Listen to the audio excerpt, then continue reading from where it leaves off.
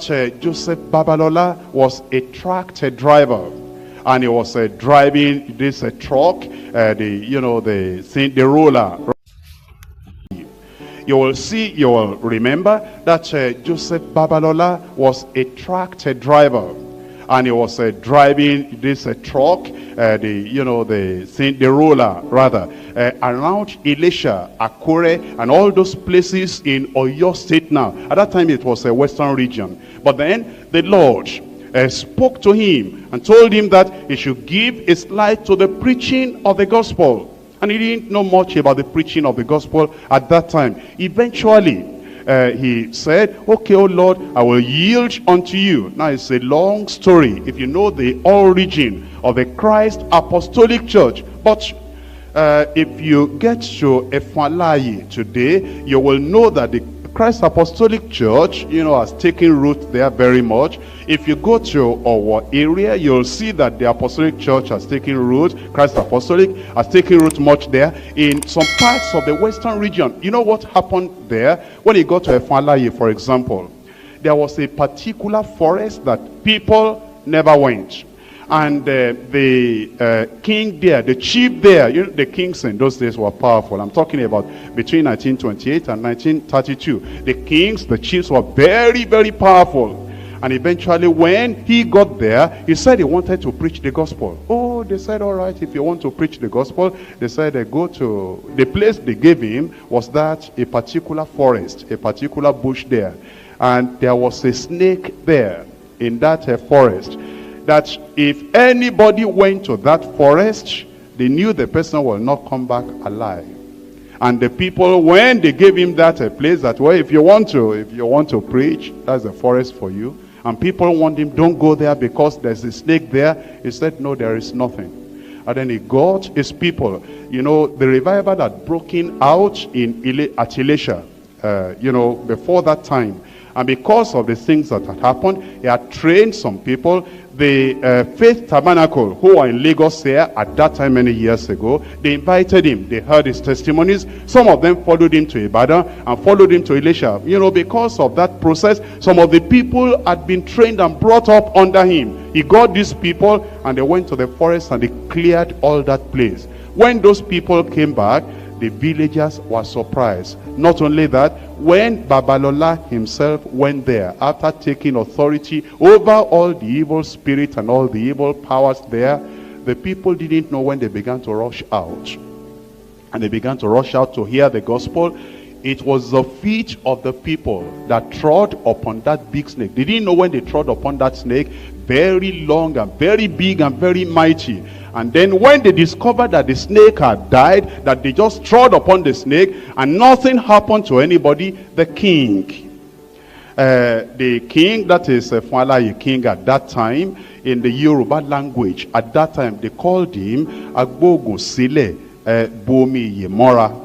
That means, he dropped all his juju, and then he had all his, the CSA with their water in the bottle and everything, that now he depends on the water and not on the medicine anymore. And they gave him a new name. That is, they Christianized him after he had given his life to the Lord, and in the way they understood at that time. And they said everybody at that time, it changed the whole of Efalayi. If you lost anything on the farm, people will pick it up and bring it to the king and said, we found this on the farm. No smoking, no drinking, no idolatry, and all that. Although as present now, that city had gone back into what they were doing before. But at that time, it was a great thing. How did it happen? Because they broke the influence of the territorial spirit that made everybody enslaved in that community. Today, there are many people, they're just laboring on. If there is any territorial spirit, if there is anything that is going on, they are ignorant about it. And they think their preaching will never penetrate into the minds or the hearts of the people. Do you remember?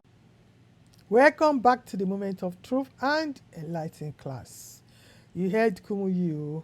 He jumped on Babalola's story and he came in defense of Babalola. So he reckons that, or he believed that Babalola was operating under the great power of God. So Fatoyinbo talked about a python that dried up. I told you it was a lie. So he is saying now that it was a snake, okay, a very big snake, okay. Someone wants to preach the gospel. He said Lord told him when he was driving his truck to go and preach the gospel. Why did he go to the forest? Why did he have to go and seek permission from the king that he wanted to preach the gospel? So, when he was sick, why did he go to Baba Abiye place and eventually die there? So all these questions we need to ask ourselves. Me, I don't believe in all these stories they are telling. He didn't say anything about an angel appeared to him and he was suspended in the air and all that. He just kept that one. So why was he telling all these stories now? Because he believed the same thing. He came from uh, Osun State, from that area that he mentioned. So they all served Babalola during their times and all that. So you know that he is not clean as well. He got his power from, well, this man from America, from everywhere. He got his power from everywhere as well. So my people, that's the whole side of the story of Babalola. The water still there. They are selling it very expensive water. They are still drinking the maggot water till today. The water that could not kill the owner of the water, the owner of the power. See the mentality. I don't expect Kumuyi to be making reference to all this nonsense because he called himself holiness preacher. That's what we are saying. All of them will be exposing each other. You know, when you are talking about their court members, one of their court members, they know how to quickly come out and try to protect the image because they know they emanate from there as well and they benefit from the power of the guy during his time. My people, I hope you learned something today. It's good to hear from Kumuyi's side of story about Babalola. We are still waiting for Adeboye. As for Adeboye, I don't think he will come out lie. He won't come out to say anything. The image of CAC today is nothing to write home about. If you go online, you see what their people are doing. So when the head is rotting, there's nothing left. There's nothing left. Nigeria church is full of evil. They are Freemasons. They are using ancestor powers, all kind of powers. You have to know God Almighty for yourself. There's nothing there. It's all rubbish. It's all nonsense. Christ is never there. He said, Lord called them.